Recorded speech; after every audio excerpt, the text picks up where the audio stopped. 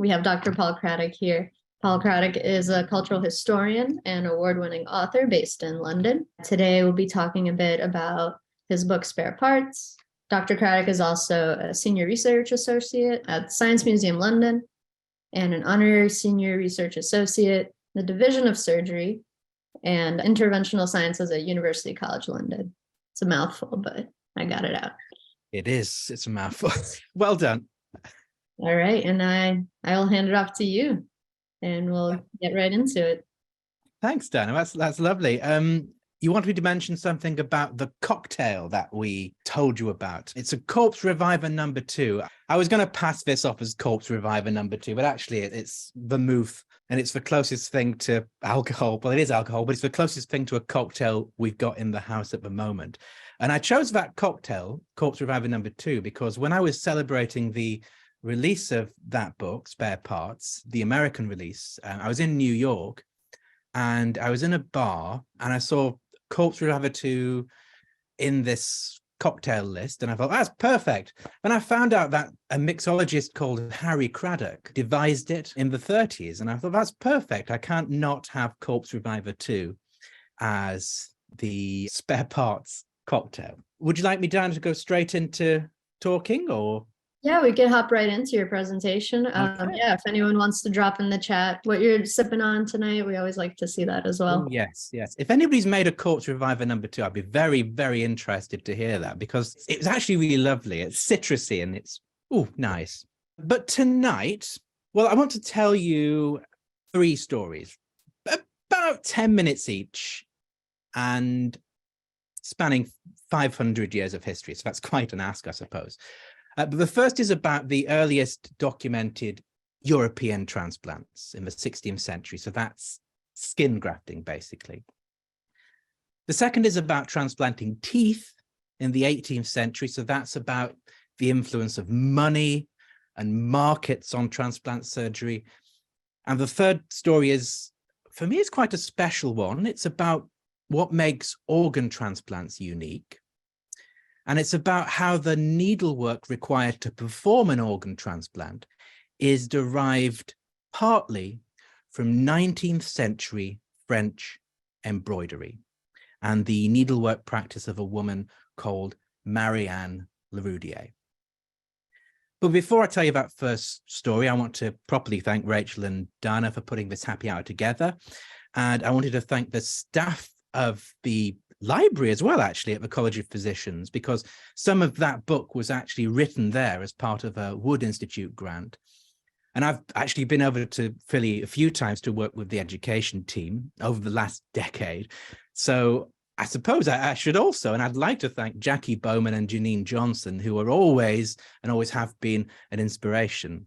So with that said, let's get straight into our first story, which, as I said, is about the first European skin grafts, and more specifically, how a renegade Italian surgeon stole the ancient secret of skin grafting from a family of Italian peasants. So for this story, I want to take you back nearly, not quite, but nearly 500 years. So that's to the great age of discovery and exploration, when fragments of the New World started to make their way to European shores, and dock hands would haul exotic goods out of the holds of, the great merchantmen and Indiamen of the age, so the great ships. And those two words, actually, discovery and exploration, they came into the English language about this time in the early 16th century. And it was a time of scientific discovery too. And I'm pretty sure that, this being the Mutter Museum, lots of you will already be familiar with Andreas Vesalius and his Fabrica. That was published in 1543, and that started to undermine the faith in traditional medical systems. And that was published the same year as Copernicus placed the sun in the center of the solar system. And when historians were in the habit of giving names to various ages and revolutions, 1543, that was the year the scientific revolution supposedly started as well. So the world back then was vibrant with new discoveries, new inventions and realizations, seemingly just appearing at every turn. And transplant surgery was around then too. People don't tend to think about a transplant being around that far back, but actually it had been around a while in the form of a skin graft. And versions of skin graft operations, they'd been described as far back actually as the 6th century BC in the ancient Indian Ayurvedic surgical text Vasushruta Samhita. That was a catalogue of surgical procedures that even back then were already considered traditional. So transplants are likely, well, centuries older even than this. This is the 6th century BC, as I say. But we only really start to get records of transplants in the 16th century. But that's a coincidence. It had nothing to do with the scientific revolution, so-called. In fact, it was quite the opposite. It was a peasant operation that had evolved since those ancient Indian days into a surgical technique practiced by Italian surgeons to fashion new noses, lips, and ears from the skin on a person's forehead or their forearm. So transplants were emphatically not part of any legitimate medical framework in the 1540s. But by the end of the century, they were depicted and quite lavishly illustrated in textbooks. I'll show you an image of that in a moment. How that happened started with one of these secretive families of surgeons, the Vianio family, and they operated in a little fishing village called Tropea. So it was 1549, and they were going about their business as usual, and they got a knock on the door, and they opened the door to this man. His name was Leonardo Fioravanti, and he came from Bologna. And he looked the surgeon straight in the eye and asked, "Can I watch you perform a skin graft?" Now, their technique was secret, so they didn't really want to share what they knew, but Leonardo Fioravanti told them that someone in his family had been fighting in Lombardy and they lost their nose. A saber took it off. Now, losing your nose would have been quite common back then, relatively to now, that is. He could have chosen any number of reasons, from punishment to dueling to syphilis. That was rife in 16th century Italy. And anyway, in the end, they fell for his tail. They let him watch. So he shuffled into the operating theatre, and he spent most of the operation actually with his hands over his eyes. And he pretended not to like blood and sort of squealed in disgust. But what his hosts didn't know was that Leonardo Fioravanti was a fellow surgeon. He knew skin grafting was a secret, and he was peering through his splayed fingers to take note of everything the surgeons did. And what he saw was really a farming operation. Basically, he saw them cut a flap of skin out of a person's forearm and make incisions around the place their nose would be.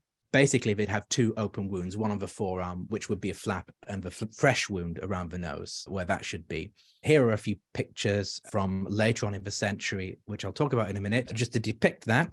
After a few weeks, the surgeons could sever that connection between arm and face, and that's it, you have a new nose. And this was something farmers had done on plants and trees since time immemorial. And in fact, Leonardo Fioravanti, he knew that these surgeons were taking a horticultural operation and simply transposing it to humans. For him, the connection between the two operations was so strong that he described it in his books as the agriculture of the body and the farming of men. Now, there's a lot more to Leonardo Fioravanti. He was all for peasant remedies and rather suspicious, actually, of what would become known as the scientific revolution, which we just sort of mentioned briefly a moment ago. He had quite a good reason to be suspicious of the scientific revolution and of Andreas Vesalius specifically, actually, because Vesalius knew about skin grafting, or at least he knew about its existence, but he thought that surgeons were grafting muscles to one another, which would of course been impossible. And Fioravanti used such demonstrably false statements to argue that science and book learning were an irrelevant waste of time. But anyway, he sort of made friends with an academic in Bologna University anyway, and just before he died, he taught him the secret of skin grafting. He taught his student, and that was a man called Gaspare Tagliacozzi, and it's his book that those images I showed you a moment ago came from, and that was 1597. And it was through that book that a horticultural operation performed by peasant families found itself a legitimate and properly studied surgical practice. Now, if we were to continue the story of grafting now, we'd get into a discussion about nature versus artifice and the weird and fascinating overlap where gardeners actually found themselves, along with surgeons, accused of creating monsters and other kinds of abomination. They both surgeons and gardeners, they both presumed to use transplants to impose order, their own order on nature, which was already supposedly divinely ordered. So that's our first story about how modern transplants came about at a time of great discovery and scientific exploration, but it was actually a traditional procedure misunderstood by those in the medical profession proper. That is, until our friend Leonardo Fioravanti stole that secret knowledge and set into motion a chain of events, I suppose you could call them, that eventually brought the technique to a more general university-educated audience. Let's take a sip of my vermouth. Now, okay, second story. That's about transplanting teeth and, of course, the influence of markets and money on transplant history. So another great societal transformation had taken place between the events of my last story and, well, and the 18th century. More than a century actually had passed. Blood transfusions between animals and then between animals and humans, they'd been the subject of quite a few experiments in England, France, Germany, and Italy, but they'd ultimately been abandoned by the end of the 17th century. And as the 18th century got underway, lots of changes started to happen. Shopping became a thing. High streets became a thing. They started to flourish. And to get on in early industrial and commercial society, you had to look the part. So, as part of the high street, the beauty industry, that also started to flourish. And it was in the 18th century that spectacles, glasses, or eyeglasses, as you call them in America, when they started to denote intelligence and not just someone who couldn't see very well. False legs started to become more shapely. Books and pamphlets started to appear that were advising both women and men to take care of their looks. And there were new philosophical ideas about identity that seemed to suit this new consumerist society. And they're familiar with us today because basically, well, this is the beginning of our modern society. I just mentioned blood transfusion very briefly a moment ago. Well, that supposedly worked because early transfusionists were inspired to see transfusion as a way to transplant souls, to transplant humors, to transplant personalities and other kinds of qualities. In that context, people thought about themselves as being inside their bodies. They occupied them as indivisible and most likely God-given souls. And that's what made transfusion so interesting and terrifying at the time. You could mix what was previously thought to be unmixable. But by the 18th century, that made no sense to most people. They were starting to think of themselves, as we arguably do today, as being their body. They were their body, they felt, and that's all there really is. So you're not an indivisible soul inhabiting a body, but you compose yourself, your identity, from the things you own, the things you buy, the things you wear, what kind of friends you keep, the things you do alone and with them, and the things that are done to you. People started to think of themselves as more or less individuals in that modern sense of the term. So this is the start of a more recognizably modern age. And this modern life was the perfect context for a new science and a new kind of transplant coming from that science. And that new science was dentistry. So the word dentist, that was coined in 1728 to refer to a scientific approach to the teeth and the mouth, the diseases of the mouth. Any earlier than 1728, and the best you could hope for, really, if you had a toothache, is to have it out quickly. But dentists, they used science to better understand and look after the mouth. Now, you could have your teeth filled, cleaned, filed, and transplanted as well. And they were part of that beauty industry we've just talked about. They were wrapped up in that consumer culture, and they relied on people taking pride in their appearance. And they relied on a class system, particularly when it came to the transplants, because the wealthy people purchasing new teeth had to get them from somewhere.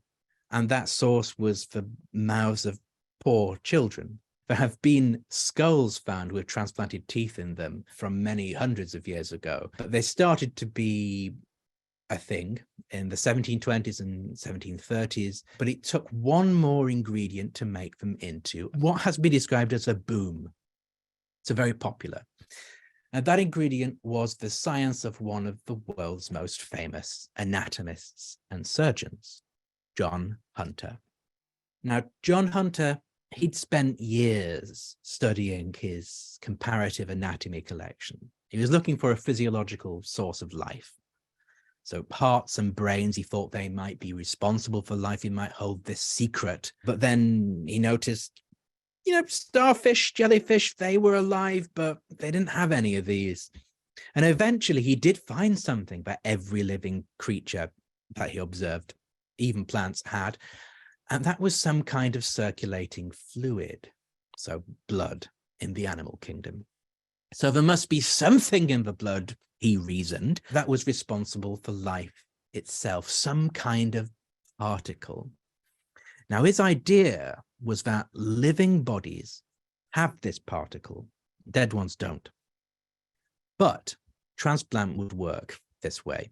But if you could connect a dead body part from someone dead, presumably, to a living body, then that vital principle would flow inside that dead part and bring it back to life as part of a new body. And that's how he thought transplants happened.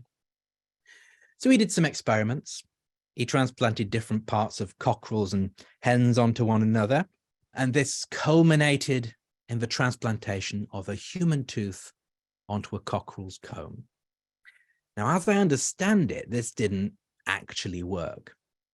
He just stuck a tooth into a cockerel's comb and he imagined that connections were forming. But his conviction gave scientific credibility to tooth transplants. And that horrible situation is depicted in this famous cartoon by Thomas Rowlandson, where you can see the two parties, rich on the right, poor on the left, and the dentist in the middle, making an essentially financial exchange. Now, that barbaric practice of selling poor people's teeth to the rich, that started to disappear around the turn of the 19th century, when better porcelain false teeth made more convincing and much cleaner alternatives. And prominent recipients started to die from infections, and that made even John Hunter, who championed it to begin with, come out against the operation.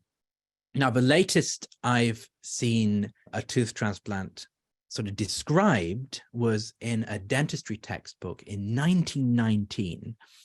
I've never seen any evidence of one being performed nearly that late. I saw a letter from Buffalo, New York, actually, that described a dentist looking for some teeth for a client. I think it was 1835, 36, something like that. So it's quite a long time ago. So that's the second story about the first time transplants became financial transactions, when body parts became worth money in an unregulated market. It's a kind of parallel, I think, to the unregulated black market in organs today. Of course, the stakes are much higher, aren't they, when it comes to solid organs? But in each case, the unrestricted and unregulated market makes victims of the poor. So that was the second story. Just to set up this last story, I should say that not very much really happened in the world of transplant surgery in the 19th century. Well, other than the first human-to-human blood transfusion, which I suppose is quite major, really. There were more skin grafting advances too, and a few isolated experiments in other areas. But in other parts of science, the 19th century obviously brought great advances. We had anesthesia, bacteriology, virology, X-rays, nursing, hygiene. Medicine and surgery transformed to such an extent that transplant surgery, which was one of the oldest surgical procedures, actually, that was looking decidedly brutal and part of a sort of a simple past of hit and miss operations. And then the French president was assassinated. And that assassination shook France, and it changed the world of transplant surgery forever. So this was the 25th of June, 1894. Crowds were lining the roads to the Chamber of Commerce in Lyon as the French president, Marie-François Sadi-Carnot, let me just apologize to anybody who speaks French for that terrible accent. He was inside anyway, the president, having a banquet. They were still there, this crowd, when his carriage pulled up to collect him. And from inside this crowd, a man darted out, and he had a newspaper under his arm, rolled up, dropped the newspaper, pulled out a dagger, and he thrust it into the president's back. Now, the man apprehended was, the man was apprehended, sorry. Carnot, he collapsed into his carriage. That set off, jerked along some of the country's streets in search of some of the best surgeons that France could offer. And when these surgeons examined that wound, they decided to do what they always did in that situation and apply an iodine bandage. That wasn't enough. The president died. In his post-mortem, it revealed that his portal vein, that's the vessel bringing the blood from the intestines to the liver, that had been damaged. So even if they could have found that damaged vessel, it's doubtful that they'd been able to save him. And in fact, I understand, I'm not a surgeon at all, but I understand from surgeon friends that that would be a very challenging wound to treat today. Now, the assailant was Italian. So in the aftermath, mobs directed their anger towards Italians and anything Italian. They threw things and rioted. They smashed windows and they looted Italian shops. Police and the military, they sort of formed a protective cordon around the Italian consulate, but lots of Italian-owned businesses were destroyed. Now, one of these outraged people, not rioting against the Italians, but one of the people in France who was outraged by the assassination was called Alexis Carrel. As I said, he didn't direct his anger towards the Italians. Instead, he raged against the impotence of his profession. If only they knew how to sew blood vessels together, then maybe the president's life could have been saved. And the story goes that after this realization, he started to work on surgical techniques. He didn't actually do that until 1901, when he got a lab and dogs to practice on. But anyway, this is the famous image that depicts a vascular anastomosis procedure, sewing together blood vessels, that he so-called perfected. And it won him the Nobel Prize. Now, what these stories of Carrel generally don't tell you is how he managed to come up with this technique. But there are clues. First, he didn't use the surgical needles that his colleagues did. He used special lace-making needles made by a company called Kirby in Birmingham, that's here in England. Second, he didn't use the catgut that surgeons used, but he used fine linen or cotton thread from a local haberdashery in Lyon. And third, he had lessons from this woman, Marianne Leroudier. Now, when Carrel's biographers mention these lessons and Leroudier, they always sort of tell the story as if he went for lessons with a famous embroiderer because he was so good that lessons from anyone else, they just wouldn't have been enough. And this idea seems to have been repeated in all of his biographies, even the little sort of articles you get in journals that were published last year, they will repeat this. But I don't think these days it's good enough, especially if we keep in mind the history of transplants. It tends to revolve around the achievements of self-styled great men. And if you look at Leroudier's stuff, it's very complex. She's a strange teacher for a surgeon to have, especially back then when most surgeons could get by quite well from learning from their mothers or their sisters or their wives, some relative.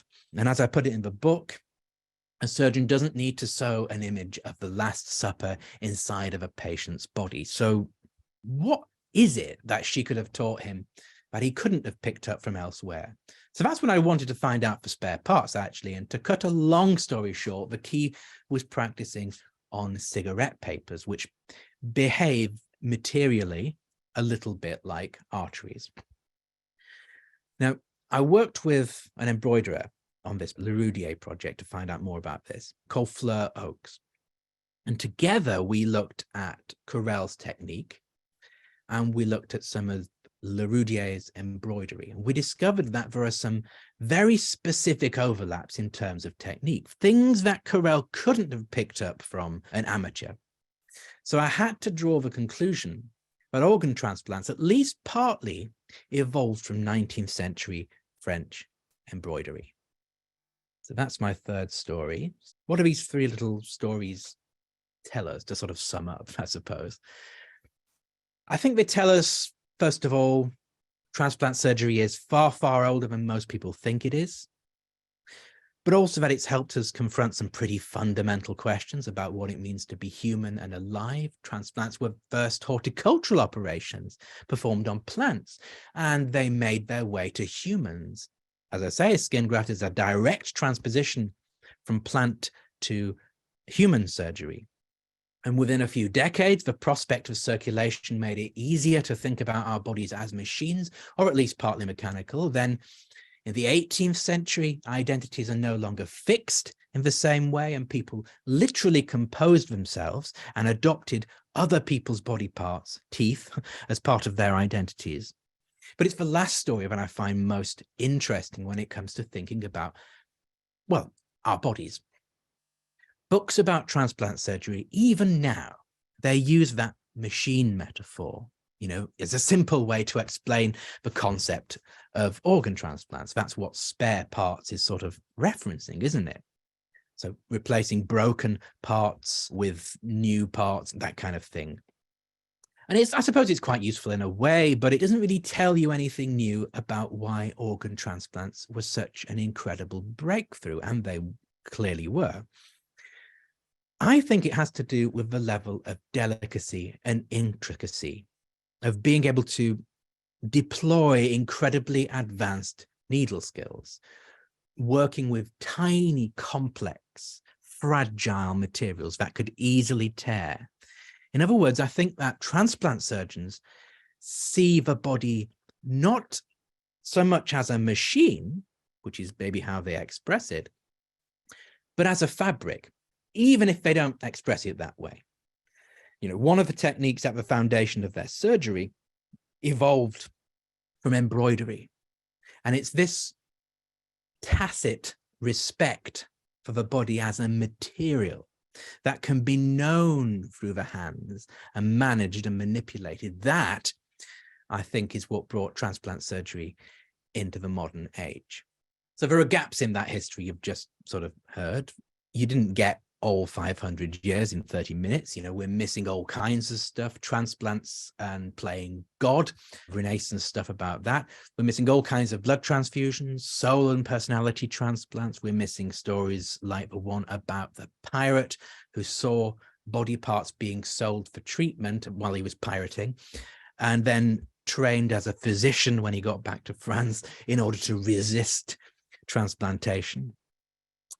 We're also missing dialysis and specifics about organ transplants, face transplants, stem cells, bioengineered body parts, all that kind of thing. That's all in Spare Parts, which took 10 years of research and writing and a PhD in the history of medicine as well. So you can find all those stories in there if you're interested. But for now, I want to thank you very much for listening. Thank you so much. Wow. That's a lot to unpack. We have a few comments in the chat that I think are pretty interesting. Maybe before we jump into the Lovely. Q&A, I've we have nearly finished Joanna. my vermouth, so I know. So we have Joanna here saying, as a cardiac researcher and embroiderer, I loved your talk. thank you. And this is wonderful information. And I was wondering, do you have an audible format of the book, and do you narrate? Yes, and yes. I'd like to like to tell you this anyway, because I think it was such an experience. When I was recording the audiobook, it was in a studio in West London, and I shared it with a man who's had a very tiny but very, very loud dog. And it barked sort of in the middle of one of my chapters, and I got talking to him afterwards, and it turned out actually that he had a weekly astrology show. He was an astrologer. No, sorry, his dog was the astrologer, and he played music while his dog did the astrology readings. Wow, I've never gotten it was a lovely man. But yes, it's on Audible. It should be on whatever people download audiobooks from, and I am narrating it. And if you listen very carefully, you might hear a tiny dog. That's amazing. Yeah, so keep your ears peeled on the dog noises. Do you have the best place to get this book that you would recommend? Well, I always recommend independent book shops, wherever you want, really. But, try and shop independent, I would say. I agree with that, yeah. Or if the Mutter Museum has it in the shop, I don't know that. Rachel can I don't believe we have that one right now, no. Well, they might do. Yeah. We actually have this other comment I thought was really interesting. I just wanted to point out to you. Someone said, isn't knitting embroidery used in some surgical residencies today to teach delicate, intricate finger hand dexterity? I don't know. Yes, and it's amazing actually, this history of textiles and its relationship with the history and present of surgery. I'm working on a project with the Science Museum at the moment. It's called the Congruence Engine, and it's about uniting Britain's national collections of science and industry, I suppose. But one of the projects a photographer sort of showed me was hand looms from the 18th and 19th century being repurposed to knit cartilage. They're actually using that old technology to knit cartilage. I think it was cartilage, but there are various parts of a body or replacement parts or supportive bits and pieces that are knitted. And I saw a story about knitting heart valves in Brazil, I think it was, as well. There's quite a deep history there, actually, of the relationship between surgery and knitting and needlework and fabrics. Oh, that's interesting. We do have an event that we do at the Mutter that's like a members and fellows event called Morbid Stitchery. And folks, I remember that, yes. That's a really fun event. Folks usually get to learn embroidery skills with that. So it's just funny how it comes full circle. I guess if you want, we can hop into Q&A if you have some energy. Yeah. I've still got energy because it's approaching midnight and I actually have COVID. Yeah. You don't seem brain foggy at all. So. No, I feel fine, actually. We have one right here. Were there any theological arguments to justify and not prohibit transplantation that you know of? I haven't come across very many theological arguments in my research, but it did sort of take center stage when it came to, for a little bit, when it came to blood transfusions. So blood transfusions in the 17th century, they were sort of practiced and developed mainly in England and France. In France, it was a cause of quite a lot of worry, actually, because it basically translated to playing alchemy with the soul. So you were understood as sort of an indivisible soul that might be associated or part of the blood. And if you took some of your blood out and put it into somebody else, or actually in the time period, if you took a some animal blood out and took that into yourself, you might start to transform into a sheep, say. And in fact, that was one of the worries that some theological arguments sort of expressed, is that you might end up taking on characteristics of the being, the animal, the creature that you accepted blood from. So that would work both ways. You know, you'd accept lamb blood in order to treat insanity because it's supposed to calm you down. It's supposed to be pure, but you could also start growing wool. So in Catholic France, that was taken quite seriously. The Brits found it a bit of a laugh, really. Protestant Britain, not taking it at all seriously. In fact, writing plays that included characters called things like Old Snarl and Sir Formal Trifle. And they would go on sort of scientific adventures, and they'd do things that people made fun of scientists for at the time, things like weighing air. What kind of idiots would want to weigh air? What kind of fool would want to transfuse blood? What a stupid thing to do. So in Britain, it had an irreverence, actually, in Britain.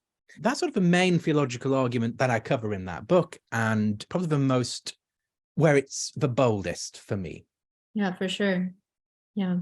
Someone else also kind of tied into that same point you just made, where they were asking about like pushback from religious authorities, just because a lot of folks at that time did believe that the soul was in the blood. So you just touched on that.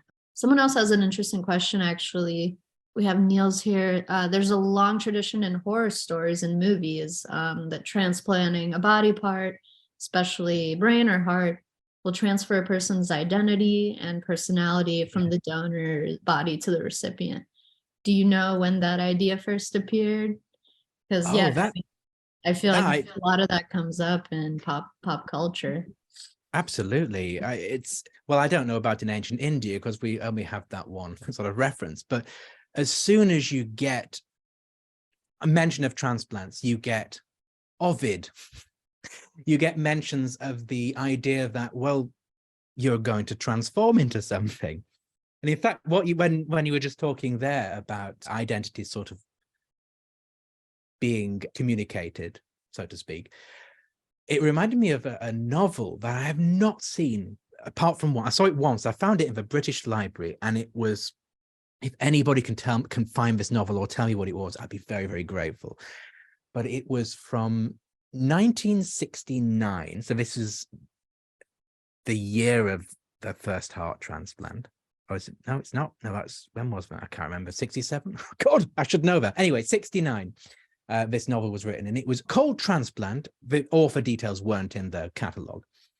And it was based in the Christian Barnard Centre for Heart Transplant in a near future, something like the 1990s or something. It was about a time in the near future when you could go into a Christian Barnard Heart Transplant Centre and ask for a heart of your choosing to be implanted into you. If you wanted to be brave, you could ask for a lion's heart, blah, blah, blah, blah, blah. And this story revolved around this man who had my memory's hazy, but I think he had a heart attack. But in any case, he ended up in this unit. And the doctor asked his wife, so which heart would you like your husband to have? Now, the thing is, he was cheating on her. And she said, I want him to have the heart of that bitch. And for some reason, medical ethics in the alternate 1990s weren't as rigorous. And they thought, all right, well, we'll do that then. And the twist at the end was that he ended up getting the personality of this woman and having the memory of being murdered. And then he murders his wife. And that's the end. So if anybody recognizes that, I'd love to find that story again. But it was called Transplant. And it was 1969. Anonymous author or not recorded. And that's all I know about it. So please put it in the chat if you do know that. I mean, I would read that. That sounds great. It would be a great hit today. In fact, a lot of these plays and things that were written in the past about transplants, I'd love to put them on, actually. Yeah, I might just do our next virtual talk, we can do like a more interactive play. Yeah, Yeah. let's get the scripts. Let's get the scripts. Actually, I've got the scripts. I'll send them to you. All right. Can't wait. Just let me know what role to play. So we also have someone asking, is that where we get the word transplant from the fact that it started with horticulture? In a sense, I suppose. I mean, if you look at the use of the word transplant before the 16th century, it doesn't refer to bodily transplant at all. I mean, when they talk about plant transplanting, they usually use the word grafting, which actually is related to the word grave, related to the word to dig, gracht, or Dutch word to dig. Anyway, it's related to digging graves, and that apparently was hard work. So that's where we get the idiom hard graft from, because it's related to grave digging. But if you look at the word transplant and where it comes up in literature and various texts and plays, it's usually actually about transplanting some kind of ethereal godliness from the Godhead, from heaven. It's usually used in some kind of theological context. So it's basically an uprooting of something and a replanting of it somewhere else. So it takes root. And it also, another usage that's quite common before we get to bodily transplants is the kind of transplant where you move from one country to another. So a lot of people talking about being transplanted from Ireland to the States, for instance. But then the horticultural usage is ancient as well. So you do get that a little bit, but it's mainly the word graft that is used. I don't know. I think I've just talked around that subject. Okay, I'm also not sure. I mean, I guess that would kind of make sense, but yeah, unknown. But it's used as a verb, plant. One more, since it's getting late over there. I don't want to keep you up for too long. Yeah, I guess I feel like this idea of like, and obviously this isn't new in medicine. I feel like this comes up throughout like the history of medicine. There's this like anxiety that kind of playing with the natural course of like the body will, like whether that's through transplant or like other methods, creates these sort of abominations. Or like monstrosity is something that I feel like frequently comes up in a lot of our historical happy hours. I don't know if you have any like thoughts about that as like a broad topic. Well, something that I often talk about when I'm giving a lecture is how people first came to think that it was possible and desirable to transfuse blood. So we talked about blood transfusion in the answer to another question a moment ago, but two things are at play in the 17th century when blood transfusion comes up. One of them is William Harvey. In fact, I'll just tell the story about Francis Potter. Francis Potter. So Francis Potter was a clergyman, and he was friends with William Harvey. He was a clergyman and he invented machines, and he was friends with William Harvey, and William Harvey would tell him about the machines that he was familiar with, and that, he discovered that the blood circulates the body. It's a kind of system, it's a kind of machine. You can understand at least that part of the body as a machine. And Francis Potter heard about this and he thought, well, in that case, if it's a machine, if you can understand it as a system, you can connect two systems together. So that gave you the sort of understanding that it was possible. So he experimented with things like bladders and a windpipe. It was a windpipe of a small animal he experimented with, just taking blood from one hen and giving it to another. And he couldn't make it work, but he had this sort of idea that it could work from this sort of mechanical realization. But that only gives you the physical way one might transfuse blood. Another thing at play was, well, I suppose anything that you could possibly believe in the past. So a lot of Ovid's stories were inspirations, as I mentioned a moment ago, for blood transfusion. And Francis Potter actually was inspired by Jason and the Argonauts. So what happens after Jason had got the golden fleece and come back home is they come back home and, they're all out celebrating their return, all but Jason's father, who's too old. And basically he asks his wife to perform a magic trick to make him young again so he can come to the celebration, and she won't. But she performs some kind of magic trick and uses a magic potion in combination with a kind of blood transfusion. She replaces his old blood with young blood. She thought that the young blood would rejuvenate him. So that gave Francis Potter the idea that maybe young chickens can make old chickens young again. Wow. Yeah. All sorts I'll of explain stories. that better another time. No, you did great. I feel like when I had my COVID, I had ideas of how to explain things, and then other things came through. So yeah, I think we should let you get some rest now. But thank you very much for Thank you so much. Thanks everybody for telling us coming. about this book. Yeah, and sharing some knowledge with us. I really love doing these historical happy hours. It's a really great way for a lot of us at the Mooter and a lot of folks affiliated with us and interested in us to kind of come together and learn some stuff, share a cocktail. So thank you, everyone. And Thanks so much. thank you for staying up for us. Everyone take care, and appreciate y'all coming through to the historical happy hour. Everyone have a good night.